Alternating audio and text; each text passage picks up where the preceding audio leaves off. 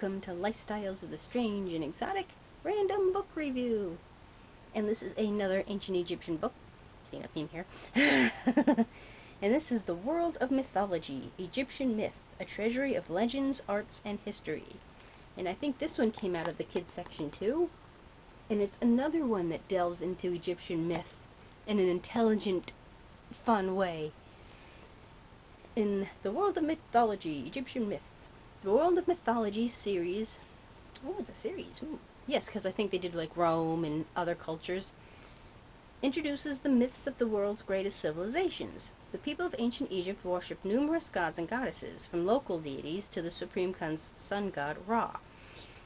They believed these divine beings controlled all parts of their lives and feared chaos if the gods of the cosmos were unhappy. Discover the masters. Thoth, need a hand here. Discover magical stories and legends of Isis, Queen Hatshepsut, and the Sphinx. Art and artifacts as well as photographs of the landscapes immortalized in the tales bring the world of Egyptian myth to life. Okay, and they have Celtic myth, Chinese myth, classical myth, and Mesoamerican myth. And I love this book. Again, this is another one I want in my library, where, again, they don't dumb anything down, and they cover a lot of ground. They start with the gods of the cosmos, Osiris, Seth, and Isis, which is sort of an extension of the creation myth, where once the world was created, Isis, Osiris, and Nephthys, the sister you never really hear about, civilized the rest of the world once they got Egypt straightened out. And of course Seth got all jealous, and then there's a whole huge myth right there. In different stories that I haven't even heard of, about the doomed prince, the three crowns, and that's under pharaohs and gods, magical stories and legends. And they go into how, not just, okay, these are great stories, but why they were told, what you were supposed to get from them. So this is a really well done book. And of course, like I said, they show artifacts. This is Ptah. I actually have a little statue of Ptah, though I think they pronounce him differently. Okay, Ptah, according to this. He was a creator god. How the Egyptians built the year. Now, it was only, 360, I think it was. And then they had, like, extra days. And that kind of the reasons why we have leap year, it's sort of the same concept. And Thoth played a game with, who was it, Khonsu?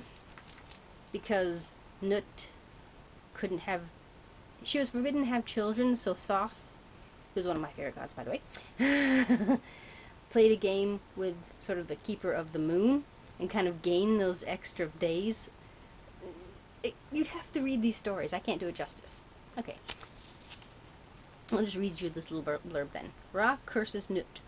Ra summoned Nut into his presence and laid a curse on her. He forbade her to give birth on any day of the year, and they were at that time 360 days in a year. Nut was heartbroken and wept bitter tears. She was pregnant, but her children could never be born. Her grief was terrible, and she didn't know where to turn, so she turned to Thoth for help. Thoth cared deeply for Nut and was moved by her tears. But he knew that no one, not even a god, could break Ra's curse once it had been spoken. However, Thoth was an extremely wise god. There and then he thought of a very clever plan and told Nut not to lose hope. And then he played against Khonsu, who was the god of the moon, and the loser had to pay a forfeit, so Thoth kept taking pieces of the moon, and that kind of explains too why we have phases of the moon. So there's a lot in these myths. Gods and goddesses, Bastet. You like the Bastet? Devastation of humankind, which talks about Sekhmet. So there's so much in here, and it's not dumbed down any. There's being that I love ancient Egypt, this is just so much fun. The Clever Thief was one I didn't hear about. They even go into a timeline. So this was definitely a 5-star. I was very surprised when I was reading it. I'm like, wow, I'm thinking, kind of like Dr. Seuss level intelligence, here Ra makes world world good type of thing, you know. It's like, but this is a fairly, you know, intelligently done book. So I would love to have this in my library. Why do I have to give this back? But at least it's in my local one, so I don't have to, like, send away for it. So I very much enjoy this. A definite 5-star. This is Alone with a Ram's Head.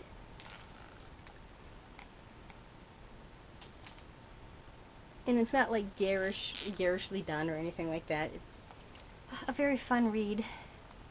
I don't want to go back.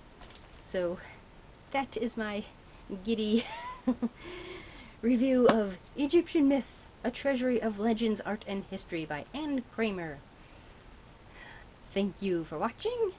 Do remember to comment, rate, share, and subscribe. There's always room for more at The Strange and Exotic. See you next time, and happy reading.